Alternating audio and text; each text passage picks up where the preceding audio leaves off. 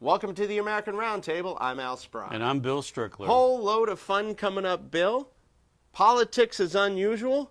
What do we got? Well, we're going to be talking about JonBenet Ramsey, what they think happened. It's been 20 years since the poor kid left this earth. We have cows in California that are really messing up the environment, so they say. We have the new Snowden movie that's come out in the last couple weeks. Which we went to see. We'll tell you about that as well. So we have some, not necessarily hardcore politics, but some interesting segments. Also, we'll tell you who George W. Bush, former president of the United States, is voting for. You may be surprised. Trump has changed his tune on birtherism. And Hillary Clinton wearing the same blue glasses, almost the same ones as you have, Bill. Yeah, it's a fashion statement. Is that what it is? All this and more on this week's edition of the American Roundtable.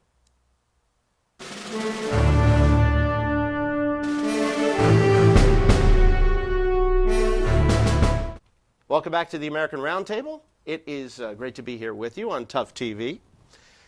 Well, Bill, Donald Trump is no longer a birther. Why don't you tell us a little bit about what that's all about? Yeah, he finally decided to say, okay, President Obama was born in the United States, and he goes along with that premise, period.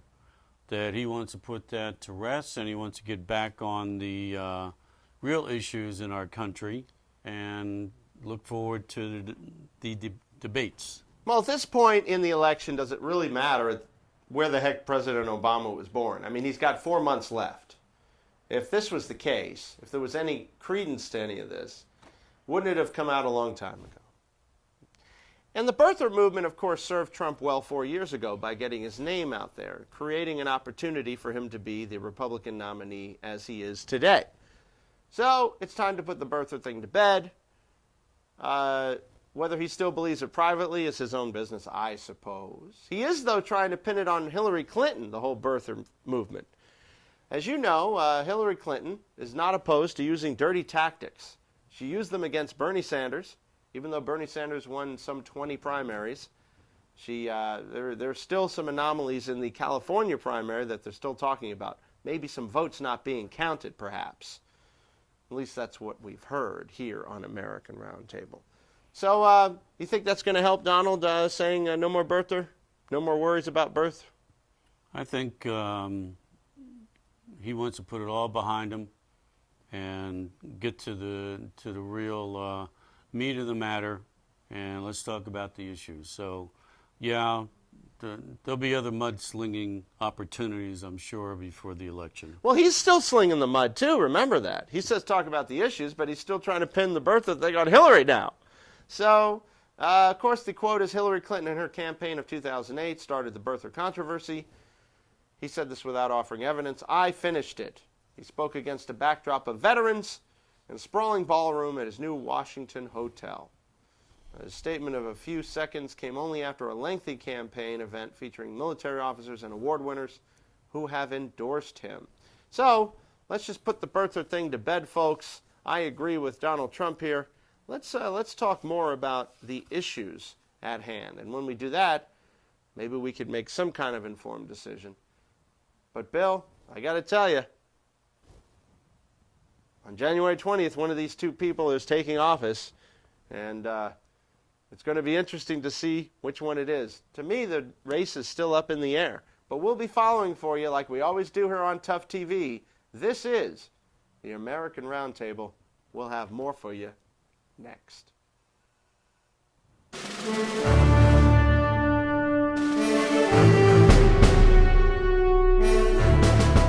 This is the American Roundtable, and we have an interesting segment right now talking about the Snowden movie. It's great to be here on Tough TV. We went to see the Snowden movie. It's called Snowden. It's from Oliver Stone. And I thought it was quite informative. You know, from the beginning, I saw Snowden as a whistleblower. I never saw him as a spy or someone who had ill intent against the United States. I mean, the man is trained for special forces. He worked for the intelligence community. To me, he's a patriot. Maybe the patriotic thing is to preserve the Fourth Amendment because it's part of our Constitution. And if you throw out the Fourth Amendment, well, it's not long before you lose the rest of them, is it, Will? Well, this movie, we have to keep things in the right perspective. It's an Oliver Stone movie that not only did he direct and produce, but he also wrote the screenplay. So in order to connect the dots at points, it's a drama. So not everything is exactly the way that it happened, but it is It's a dramatized events of Right. real events, right? Right. Dramatization of real events. What I enjoyed was, even though the U.S. government kept saying Snowden was just a security guard who just happened to get a good job, there was more to the story than meets the eye, according to what Oliver Stone presented. So I found that interesting. But here's something even more interesting. The New York Times, venerable New York Times, is saying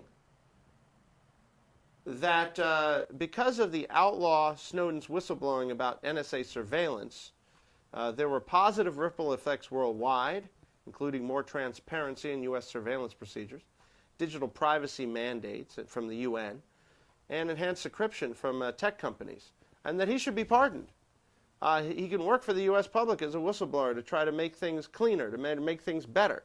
So he himself, Ed Snowden himself, put out a public plea for a pardon from President Obama. And, of course, this is also coming from two human rights activists. What do you think about a pardon for Snowden, Bill? Well, I think the question in this movie is, was Snowden a criminal or a hero?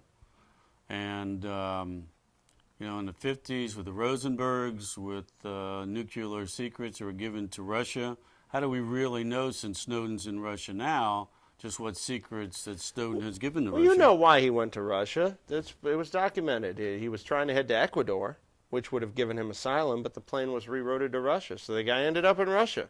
I mean, I don't think that you could compare Snowden to the Rosenbergs. I think the Rosenbergs were definitely spies who sold secrets or gave secrets to Moscow during the Cold War.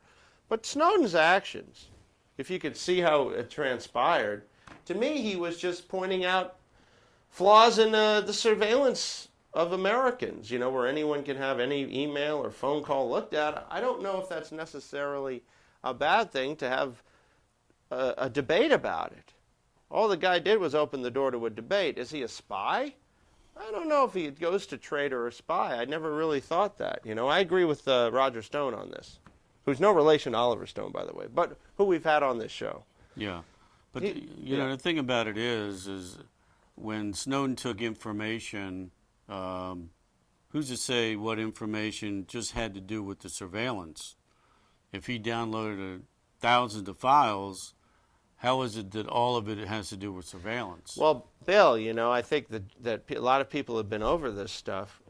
So, I'm saying that based on what he delivered to the journalists when he first came out 3 years ago, I don't see that there was a criminal or ill intent to hurt the United States. To me, the guy, it sounded like, just from what I've read, that he was trying to help things. So, do I think he should get off scot-free? I'm not saying that. I'm not saying a pardon, but, at least allow him to come back and, not put him in jail for the rest of his life. That's all I'm trying to say. Well, what position do Donald Trump and Hillary take on this? They both want his head, Hillary said she wants him to face the music, and Trump said that execution would not be out of line. He said that 3 years ago. Well, so, that's a little bit harsh, I think. But we'll keep you abreast of this situation. So many people have been prosecuted under the Espionage Act of 1917 that are not spies, that it gives me some cause for thought that maybe this might be one of those overreaches as well. This is the American Roundtable. More for you in a moment.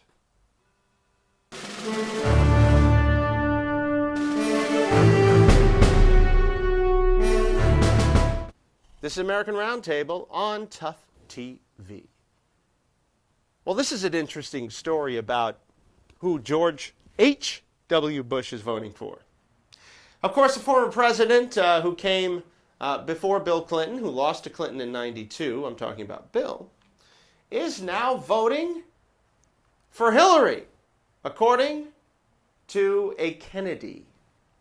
That's right. He might have been trying to stay out of this election, but a Facebook post has just thrown him into the center of it. Quote, "The president told me he's voting for Hillary," two exclamation marks and an end quote, wrote Kathleen Kennedy Townsend, Robert Kennedy's daughter, in the caption of a picture of her and the elder Bush shaking hands in Maine on Monday of this past week. Well, according to the New York Times, the Democrat and the former Maryland lieutenant governor confirmed the news to Politico. A rep for Bush, however, said the vote President Bush will cast as a private citizen in some 50 days will be just that, a private vote cast in some 50 days. Your thoughts? Well, they did pick on Jeb, so I can see where the parents are a little upset about voting for Trump. Maybe they felt that there were a bunch of low blows there, but then, that's politics. Yes, as I remember, Jeb will forever be known as Mr. Low Energy. Do you remember that? Yes, that was yeah. what Trump kept calling Jeb Bush. And yeah, sure, there's some sour grapes there.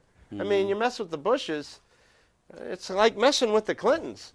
Well, haven't the Bushes and the Clintons, haven't they had some times together that they've done certain events together? Yes. George H.W. Bush and Bill Clinton have done different PSA stuff, different public affairs stuff. It's one of the reasons why I don't really believe there's much of a difference between the Democrats and the Republicans. When you have this close of ties and working in cahoots with each other, it does lend to that theory that the vote doesn't mean as much as you may think it means. Speaking of which, there are two other people who are running for this race, Johnson and Stein.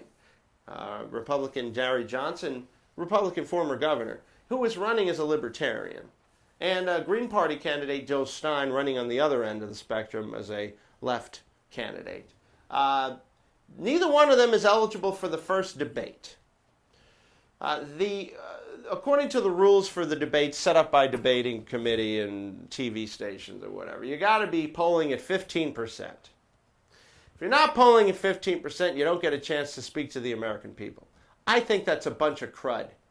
I think that if you have something to say and you're on the ballot in all 50 states, you should be in and you should be part of the debates.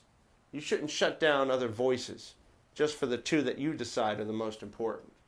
But the Commission on Presidential Debates, which I have no respect for, has decided Johnson's polling an average of 8.4% and Johnson at 3.2%, so only Clinton and Trump have been invited to participate in the debate. Also, their running mates are not eligible for the vice presidential debate. I think it's nonsense. What do you think, Bill? Well, they're on the ballots, and I think that they should be able to be in debates. But then again, if you set these rules ahead of time, then rules are rules. Why have rules if you're not going to follow them? Yeah, but these rules were set not long ago. As you recall, when Ross Perot was running in '92, he was not polling at 15%. And he got to participate in quite a few debates, and so did his vice presidential candidate. So I'm not really buying that. I think that these rules are favoriting the main candidates from the Democrats and the Republicans. Or as our friend Jesse Ventura likes to call them, the Democrips and the Rebloodlicans, after the gangs out of Compton. So I think there's sometimes not a lot of difference between the gangs in Compton and the Democrats and Republican parties. Not the followers or the members of such parties, but sometimes the parties do some dirty stuff. Sometimes they don't play by the rules. Just look at what came out in WikiLeaks for the Democrats right before the convention, right? That's right. Manipulation of the vote, trying to find dirty things to say about Bernie Sanders so he wouldn't win. To me, the top three people from the DNC had to step down, and guess what? Hillary took him on and had him join her campaign right after. That tells you something, too. This is American Roundtable on Tough TV. More in a moment.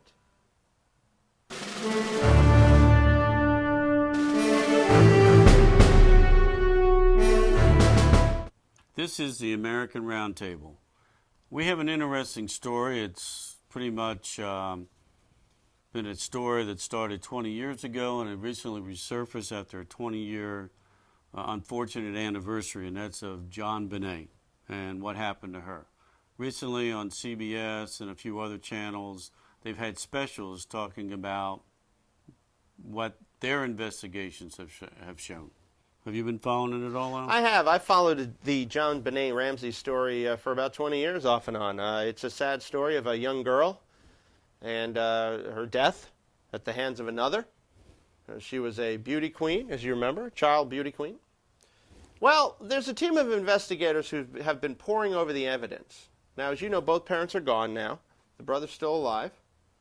But they're saying that Burke Ramsey, her brother, actually did the deed. Now, we always thought there was somebody in the family, because I remember when this first came out, there weren't any footprints in the snow leading to, they were leading to the house, not away from the house. So I always thought it was one of the family members. For many years, people said it was the mother, they said it was the father, they said it was the brother. Well, turns out, according to this panel, that it was most likely her brother. And here's how it happened. He's just shy of 10 years old at the time. The sister decided that she wanted to have a piece of his pineapple. He flew into a rage, hit her in the head with the flashlight, broke her skull and killed her. And then the parents covered the crime up in order to protect their son. And that's the unanimous assertion of the parents. Here's the quote: "If you really use your free time to think about the case, you cannot come to a different conclusion." Renowned forensic pathologist Dr. Werner Spitz said, "It's the boy who did it." Do you agree or disagree? Well, looking at the information and the evidence, the way they presented it, then there's a lot of things that do tend to lead to that conclusion. They had pictures of the house the night that it happened, or the next day when the police were there, and it does kind of like give you an idea of how this went down. Who's going to spend? If you're a criminal, you want to get out of the house. You don't want to write a 3-page ransom note. So you want to get out of there. You don't want to be staying in there for 30 minutes trying to comprise a ransom note. It just seemed like everything that was put together was trying to lead away from the house and not actually solve the crime. Well, there you go. That's the update on JonBenét Ramsey. I'm saying, my opinion, it's the brother. More in a moment on American Roundtable.